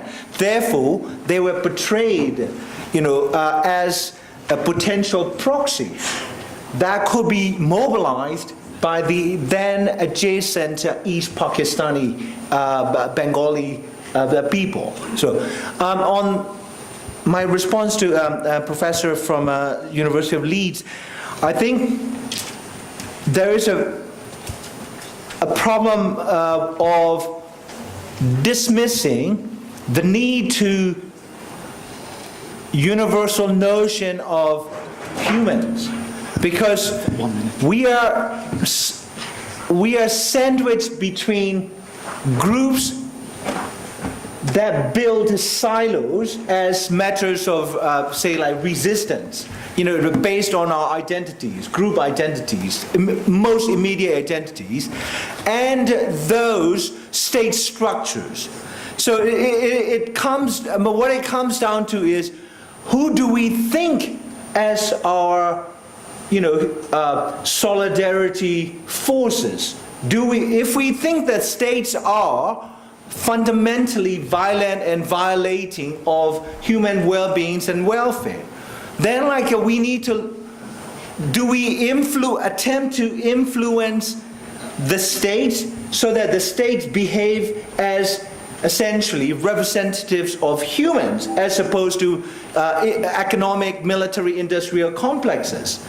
Or do we invest our energy and connect across the different human communities, finding common elements such as rage against injustices, or a sense of universal brotherhood and sisterhood? And so I would not dismiss the universality of the human compassion and the rage against injustices. I think then we are playing the state's game, which is the divide and conquer identitarian politics, and that will not get us very far.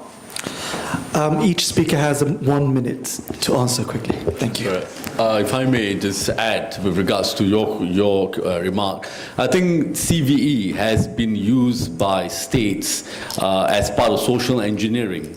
It is been used in all contexts. I mean, the example in Singapore, for instance, after this whole issue of 9/11 and the arrest of some terrorists, the state has always had problems with the kind of Muslims that is in Singapore, and they came out with an idea called the Singapore Muslim Identity Project, essentially utilizing the CVE issue to recraft what a good Singaporean Muslim should look like. And this is not unique to Singapore.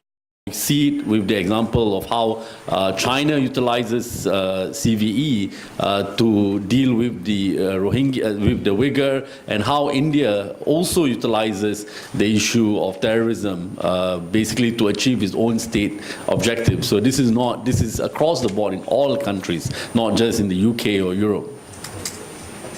Yes. On the question about fight on Islam among Muslims, of course there are Muslims who are also Islamophobes. And for example, in Russia, some experts of Islam are ethnic Muslims. But one thing that I would like to emphasize is that the kind of governance, contemporary governance of Islam, it also manifests itself as a kind of peer governance and self-governance. So the discussions about these good and bad Islams, they also have impact on the internal discussions within Muslim community. And certainly within this peer control or peer governance, there are stances that may aim to limit the rights of other Muslims. But yet, final point, something that Dr. Sarah yesterday was talking about, the kind of problem of representation. So who is allowed to talk in the name of Muslims? And in general, the question of limiting the ways of being Muslimness or having the right to speak in the name of the Muslim community. Yeah. I'd just like to add that the notion of the ummah in Islam carries many connotations, and one of them is not just specifically the Muslim community, it has also been historically understood as the wider embrace of humanity. So I believe that people should embrace the idea that no people should solely claim truth as their own domain. And as even if I may have a serious disagreement with you, I acknowledge that there is diversity there, and even though I might be opposed to those alternative perspectives, that recognizing that we share space needs this mentality, and that will, I think, contribute to reversing some of the demonization. I'd like to thank our eminent guests and give them a round of applause. Thank you very much. Please stay seated for a second, Dr. Zarni. Just 1 second here. Thank you very much, Dr. Moussa, and thank you, panelists, for a very stimulating, illuminating, passionate, and great panel that spanned from America and Europe, Russia, India, and China, all the way to the Rohingya. So thank you very much for this very good and great panel. And now we need to give our plates to the speakers, and we'll start with Dr. Chak. Please, this way. Sure.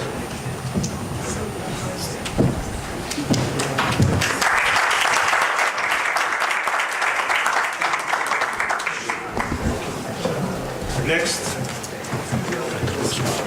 Dr. Osman.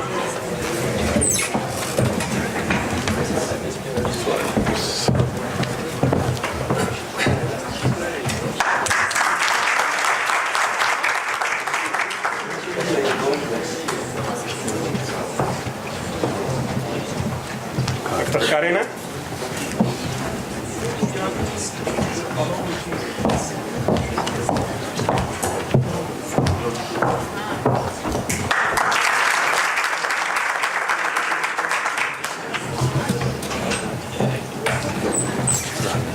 Dr. Zarni.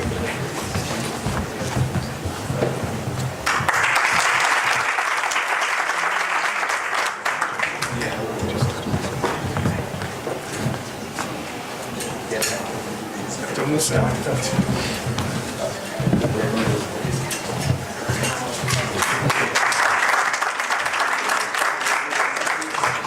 One picture all together.